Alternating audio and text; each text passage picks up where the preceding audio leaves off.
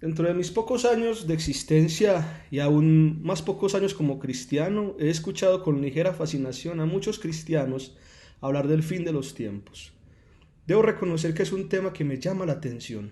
Desde pequeño me ponían casetes. Para los adolescentes que me ven, un casete era como uno de esos antiguos CDs, los cuales ya no usan porque todo lo ven desde YouTube. Pues bien, escuchaba casetes de personas que afirmaban haber ido al futuro y ver cómo se acababa el mundo. Y escuchaba casetes de otros cristianos decir que habían bajado al infierno, subido al cielo y escuchado del mismísimo Señor cuándo sería el fin. De adolescente veía varias películas de tinte apocalíptico con énfasis cristiano, en donde aparece la interpretación del famoso chip con codificación 666 que les ponen en la mano o en la frente a algunos para que de esta manera puedan comprar alimentos. Recuerdo también aquellos momentos en donde, ya un poco más entrado en los años de la juventud, y debo reconocer que seguía esas noticias de una manera insana, muchos cristianos hacían un crossover entre la Biblia y el Popol Vuh, con el fin de descubrir si en realidad en el 2012 se acababa el mundo. Ya saben, por lo del calendario maya y todo eso. Y desde ahí he consumido mucha información top secret, que trata de lindar lo mejor del cristianismo con lo mejor de los pseudo descubrimientos para saber cuándo se acaba todo esto. Y he escuchado muchas cosas, que si los reptilianos son el anticristo y como ya se están descubriendo, entonces el fin está cerca, que si los Anunnaki son ángeles enviados por Dios para mostrar cuándo será el fin de la raza humana, que si la séptima trompeta del apocalipsis es Donald Trump, entre otras teorías más.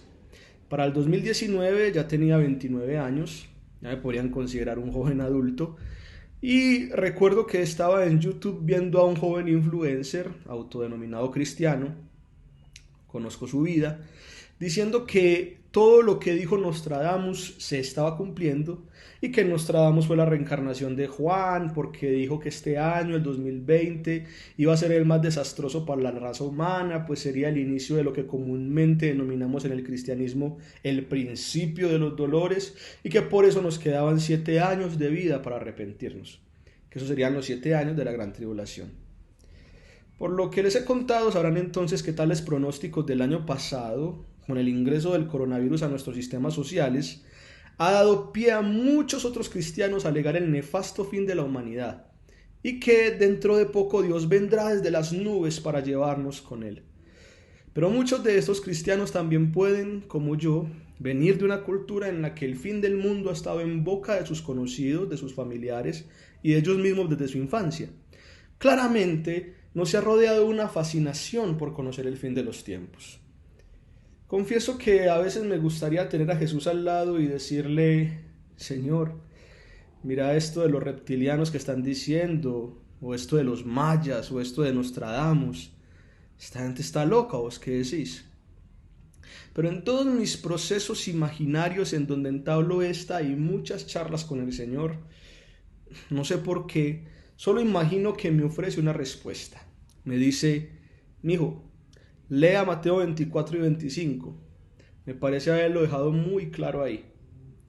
Entonces, cuando voy a Mateo 24 y 25, no puedo decir que todas las dudas se me despejen, pero al menos mi mente se encausa en definir lo más importante. Esta porción de Mateo, para los que no sepan, es nada más y nada menos que el último discurso de Jesús en todo el libro. Jesús levantó 5 discursos en Mateo.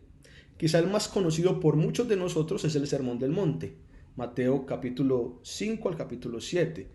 Pero también Jesús da un discurso a sus discípulos en Mateo capítulo 10. Ese sería el segundo. Un discurso solo de parábolas en Mateo capítulo 13. Ese sería el tercero.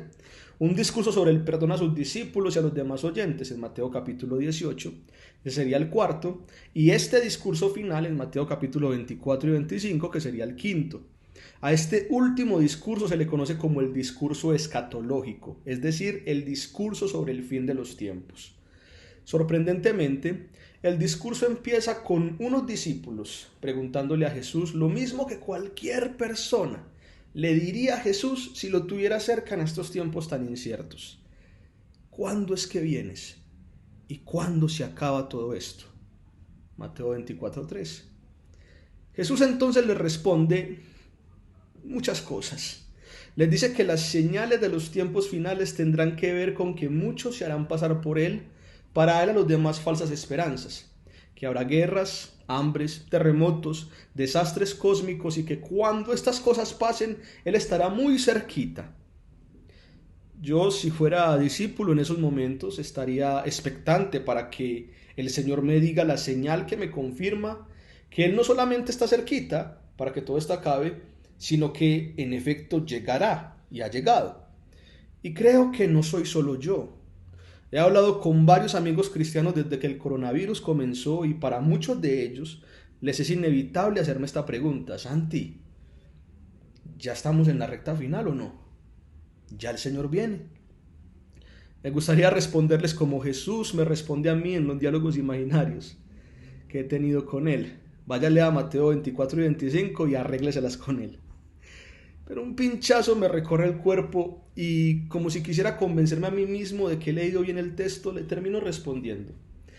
Y es que lo que sucede después de la expectativa que Jesús ha puesto sobre sus discípulos, pasa algo que ni yo me lo esperaba. Estos discípulos estaban esperando que el maestro les diga sin rodeos cuándo es que viene, pues el maestro los deja con ese momentáneo sinsabor de que no se sabe. Y entonces llega por fin la última confirmación, el último maldado de agua de parte del maestro cuando dice: pero el día y la hora nadie lo sabe, ni siquiera yo, sino solo mi Padre. Ante un posible silencio ensordecedor que rompió la expectativa, Jesús no ha terminado el discurso.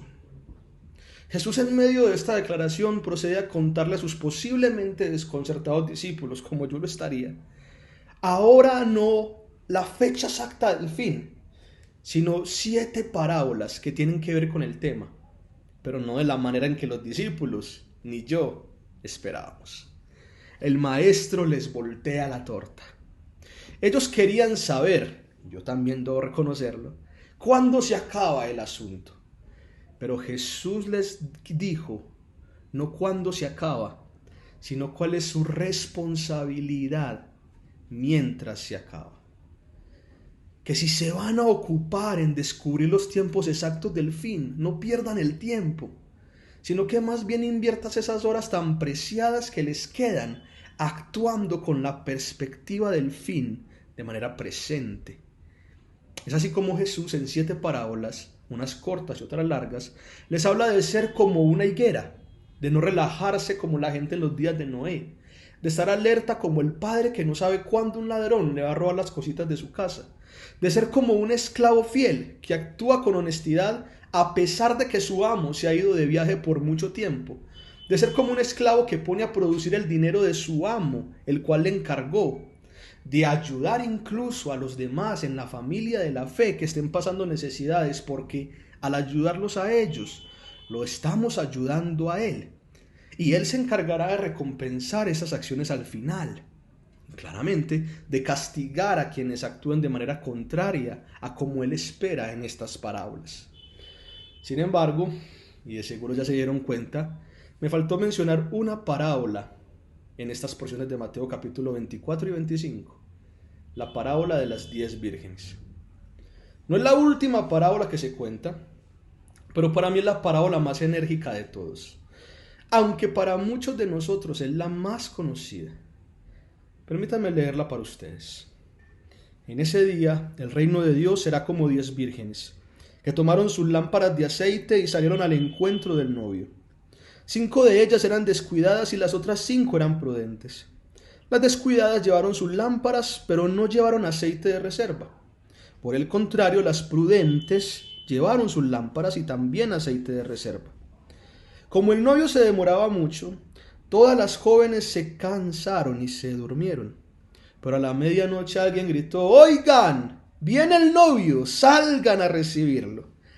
En ese momento todas las vírgenes se levantaron y prepararon sus lámparas. Las descuidadas le dijeron a las prudentes: «Denos un poco de su aceite, nuestras lámparas se están apagando». Pero las prudentes le respondieron: «No, no les podemos dar nada, porque no quedará suficiente para ustedes ni para nosotras. Más bien, vayan a los vendedores de aceite y compren para ustedes. Ya se iban cuando llegó el novio y las jovencitas que estaban listas entraron a la boda con él. Luego alguien le echó seguro a la puerta. Después llegaron las otras vírgenes diciendo: Señor, Señor, ábrenos la puerta. Pero él les contestó: la verdad es que yo no las conozco. Así que estén listos, porque ustedes no saben el día ni la hora en que vendrá el Hijo del Hombre. Impresionante. En los tiempos y en la cultura de Jesús, los matrimonios comúnmente pasaban por 3 fases. La primera fase era que el padre de la novia y el padre del novio se reunían, y el padre del novio daba una dote a la familia de la novia. De ese modo, el matrimonio quedaba legalmente establecido. Esto se confirmaba por las horas de la mañana, y si las negociaciones iban bien, se disponían entonces todos los preparativos. El novio, ya en la segunda fase del matrimonio, va por la tarde a buscar a la novia a su casa. Allá tiene a sus amigos esperando recibirle con algunos regalos. El novio entra a la casa de la novia, confirma su relación con ella y ambos salen. Para allá por las horas de la tarde, el novio y la novia, junto con los amigos del novio, entrarán como en una especie de procesión hasta la casa del novio, para que todos en la comunidad supieran que se estaban casando. Así que ya de noche, varias personas que veían la procesión, particularmente allegados a los padres del novio, se unían a ella para celebrar la tercera fase, la cual era una fiesta en la casa del novio. Como ya es de noche, los amigos del novio recuerden que estaban por la tardecita, pero ya de noche, las amigas de la novia estaban cerca de la casa del novio.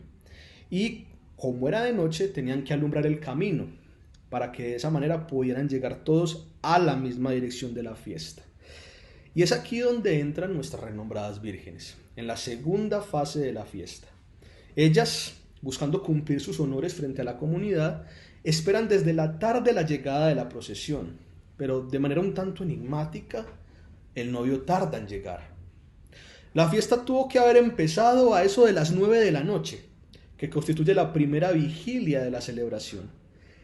Pero la procesión no llegaba por ningún lado.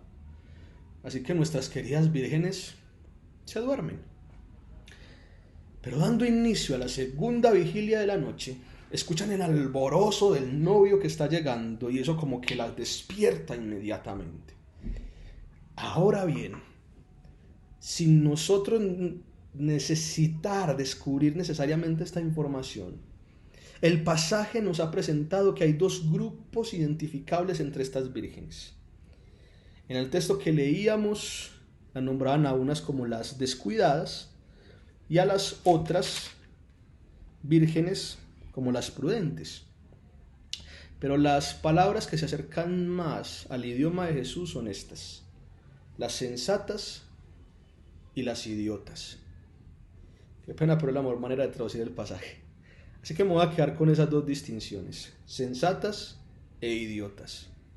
La diferencia entre unas y otras se representa solo por una acción. Las sensatas llevan aceite de sobra para mantener las lámparas encendidas, mientras que las idiotas, creyendo que con solo una reserva de aceite les bastaba, no trajeron más. Cuando ya es medianoche y las vírgenes se despiertan, entran en una discusión por el aceite. Las idiotas quieren quitarles un poco de aceite a las sensatas, pero las sensatas saben que de ser así, el novio se demora más y podría llegar a demorarse tanto que al punto se le apaguen las lámparas a todas y todas caigan en una deshonra, no solamente para ella, sino para la novia y para su familia. Las sensatas piensan en el honor y por eso no confían en el horario, sino en su precaución para que la fiesta no se dañe. Pero las idiotas se durmieron en los laureles y pensaron que con una reserva hasta las 9 de la noche sería suficiente. Pero ahora es medianoche. Las sensatas no les quieren regalar un poco del aceite que ellas habían traído. Las idiotas podían estar pensando que malas personas también, ¿cierto? Y todos los negocios para esa hora estaban cerrados. Pero necesitan el aceite. Si había vendedores de aceite en los alrededores, Este tipo de trabajo solía cerrar hasta las 8 de la noche, antes de proceder a acostarse en caso de alguna emergencia. Pero según el consejo de las sensatas, de igual manera fueron a buscar aceite. Quizá despertaron al pobre vendedor interpelando que les vendiera un poco de aceite en caso de emergencia, asunto por el cual el vendedor de esos tiempos las hubiera atendido. Pero ya era demasiado tarde. Cuando las idiotas volvieron a la fiesta, vieron que la puerta estaba cerrada. Esta práctica se hacía para que las personas indeseadas no se colaran en la fiesta y robaran la comida o los utensilios brindados exclusivamente a los invitados. Las sensatas habían entrado con el novio y la procesión a celebrar de la tercera fase se había reunido, cuando de repente escuchan molestos toqueteos a la puerta. Eran las idiotas. Exigían entrar. Tienen la impertinencia de llamar al novio en medio de su celebración, acarreando vergüenza para sí mismas en la época. Y por si fuera poco, escuchan al novio decir: la verdad es que ni las conozco. De esta manera, el Señor cierra su quinta parábola diciendo: estén alertas, porque no saben el día ni la hora. No lo saben. ¿Saben cuál fue el problema? El único problema que tuvieron las idiotas: creer que se sabían la fecha. Basadas en su cultura, en su posición, en su responsabilidad, no pensaron en la pequeña y a la vez quizá no tan pequeña posibilidad de que el novio se demorara. Puede que incluso hayan calculado la distancia de una casa a la otra, que hayan escuchado la noticia de que el negocio de los padres había llegado a buen término, que hayan considerado llenar por la tarde las lámparas, pero no lo hicieron. Y aunque no lo crean, a uno le pueden pasar ese tipo de situaciones más de lo que quiere admitir. Nos confiamos en la fecha de un trabajo y un día antes de presentarlo no tenemos nada hecho. Nos confiamos en la hora de una cita y ante un altercado lo olvidamos. Nos confiamos en que conocemos a alguien y luego nos sale con una sorpresa desagradable. Nuestro exceso de confianza a veces es una perdición. Si supiéramos el día y la hora en la que las cosas se van a acabar, seguro ya todos, créanme, tendrían su propia agenda de cómo arrepentirse 5 minutos antes de que todo acabe y el resto de la vida vivirlas como se les da la gana. Puede que nuestra obsesión por saber cuándo sea el final no sea porque queremos ver al Señor, sino por saber cuánto tiempo de juerga tenemos en esta tierra antes de que llegue el Señor. Pero esta es nuestra mayor gracia: el día y la hora. Nadie la sabe. Por eso, solo nos queda pensar que hoy es el día y hoy es la hora. Eso es lo que significa velar. Hoy es el día de comprar reservas de aceite. Hoy es el día de tener nuestra lámpara encendida, porque nos espera nada más y nada menos que una fiesta. Y qué triste es perdérsela porque creemos que sabemos la hora para entrar, cuando en realidad estamos siendo unos idiotas. No es momento de suponer nada, ni de confiar en Nostradamus, ni de creerle a los reptilianos, ni de esperar en que un nuevo calendario maya sea escrito, ni de fascinarnos con las películas sobre el fin del mundo, ni de suponer que ahora sí llegó el día porque el coronavirus lo trajo el anticristo. No, es momento de velar. Es momento hoy, más que nunca, de no suponer horarios, sino de darnos por aludidos en que hoy es el último día de nuestras vidas. Es el momento de hacer lo que a Dios le agrada, más que de jugar a los adivinos.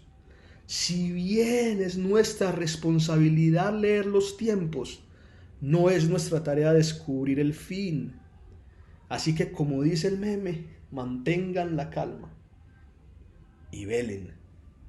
No es momento para ser idiotas. sino sensatos.